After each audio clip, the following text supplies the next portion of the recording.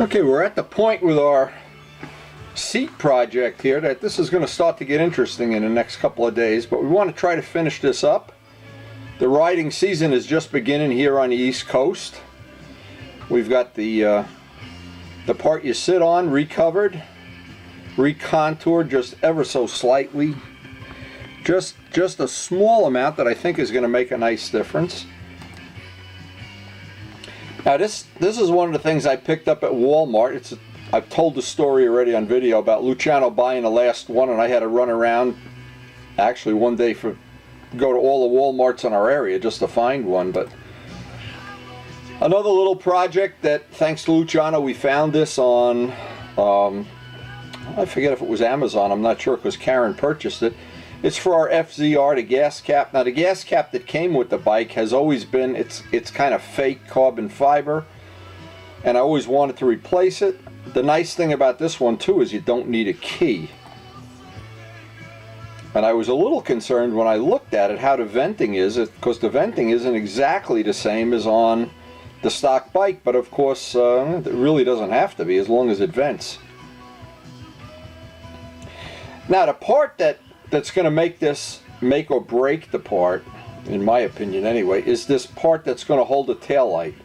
And I had laid up this piece of combination of e-glass and carbon fiber with West resin, let it cure, and I wanted to lay this out, kind of just block it out in my mind. So I made a little pattern of what I thought this ultimate part would look like.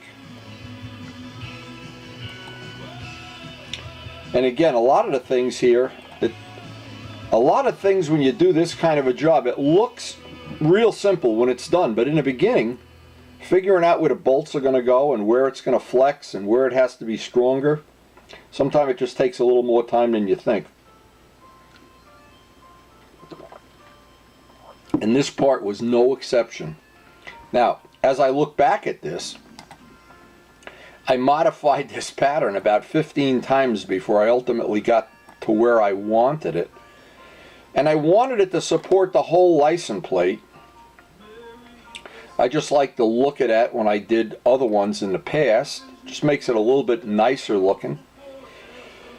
So by laying this out on my carbon fiber part, and what I did, I made the part, the piece of raw carbon fiber, way bigger than it had to be, because I knew I might, somewhere in the scheme of things, need some reinforcements. So the parts that I cut off, I wanted to save for reinforcements. And we've shown on video many times how we actually go about making these on pieces of glass. It's always a good idea if you let it cure 24 hours, heat it up a little bit if you can. So now by laying this all out, and again I had a vision in my mind of how I wanted this to lay out. I really it really took some time to get it to where it was like I wanted it.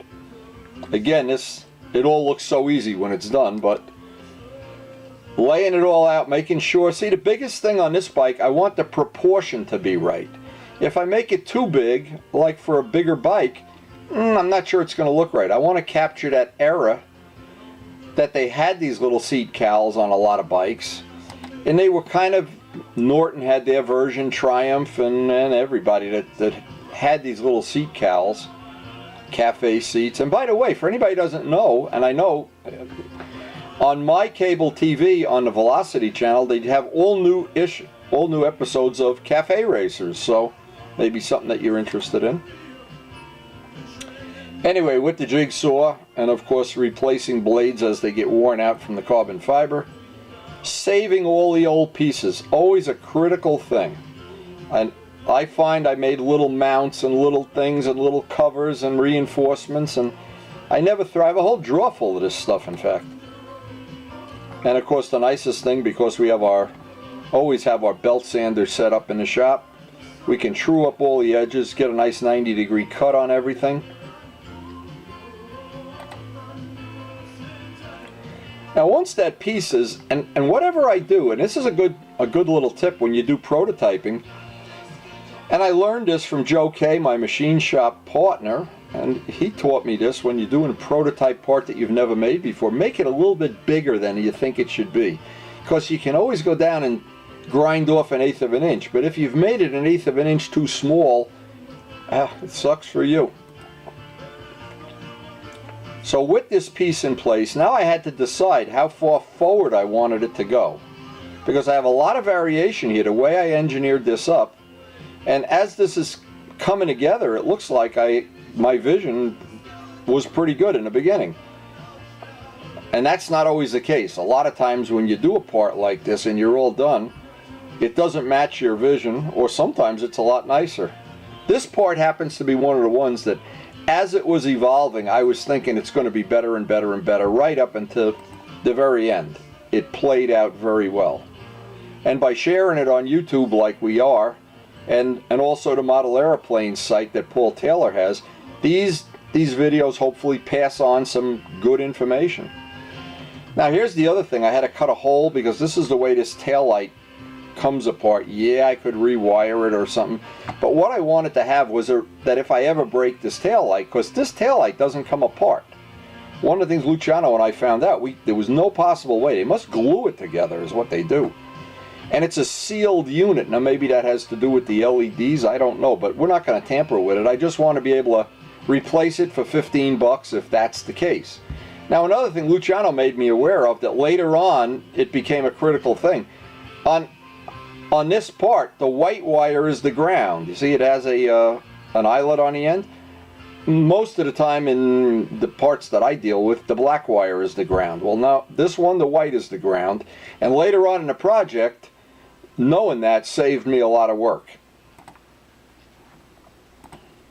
And of course, because Luciano's already used this part on his R6, the R6 we just got done painting from, I knew it was a super bright, really nice taillight, and the price is what we like. So usually what I would do with a part like this, if I know the general shape, drill 4 holes in the corner and then connect the dots. That gives you a nice radius in the corner. It's a good way to do this kind of work.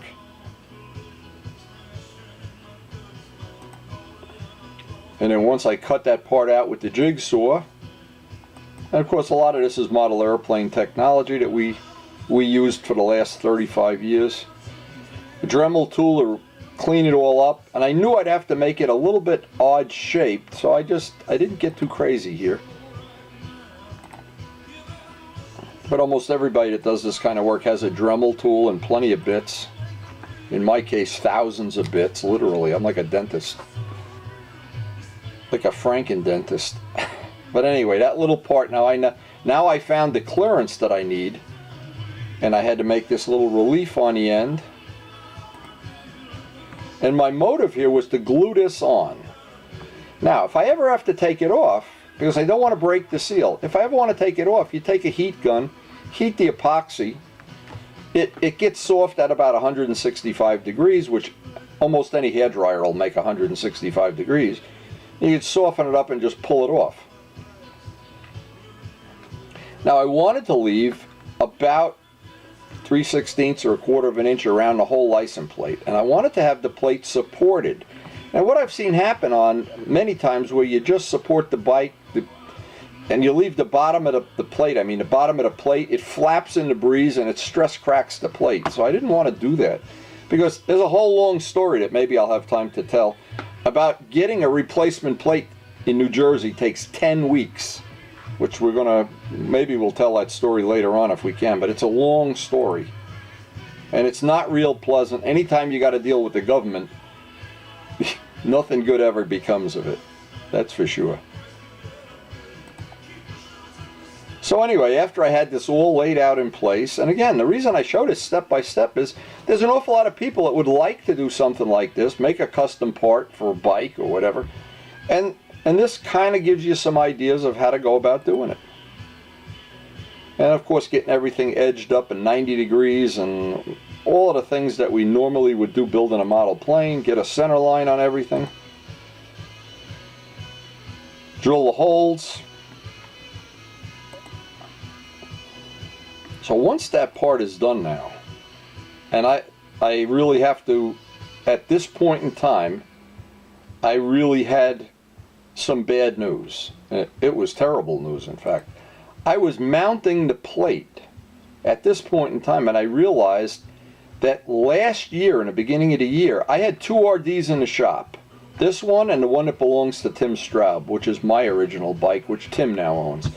And what happened, because I had 2 plates, one was 6017, one is 6019.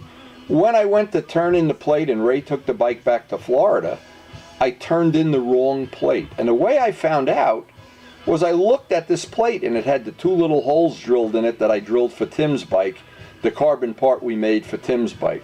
So right now, I realize, oh my God, I got to get a replacement plate. And it's going to take 8 to 10 weeks if they issue it. If they don't, I got to pay for a new registration and it'll be over $100. So I really was frustrated. I was ready to really scream here. But I made out the paperwork, jumped on the bike and said, we got to go up to motor vehicle and try to get the paperwork and try to straighten it out. And so that was the next part of this project.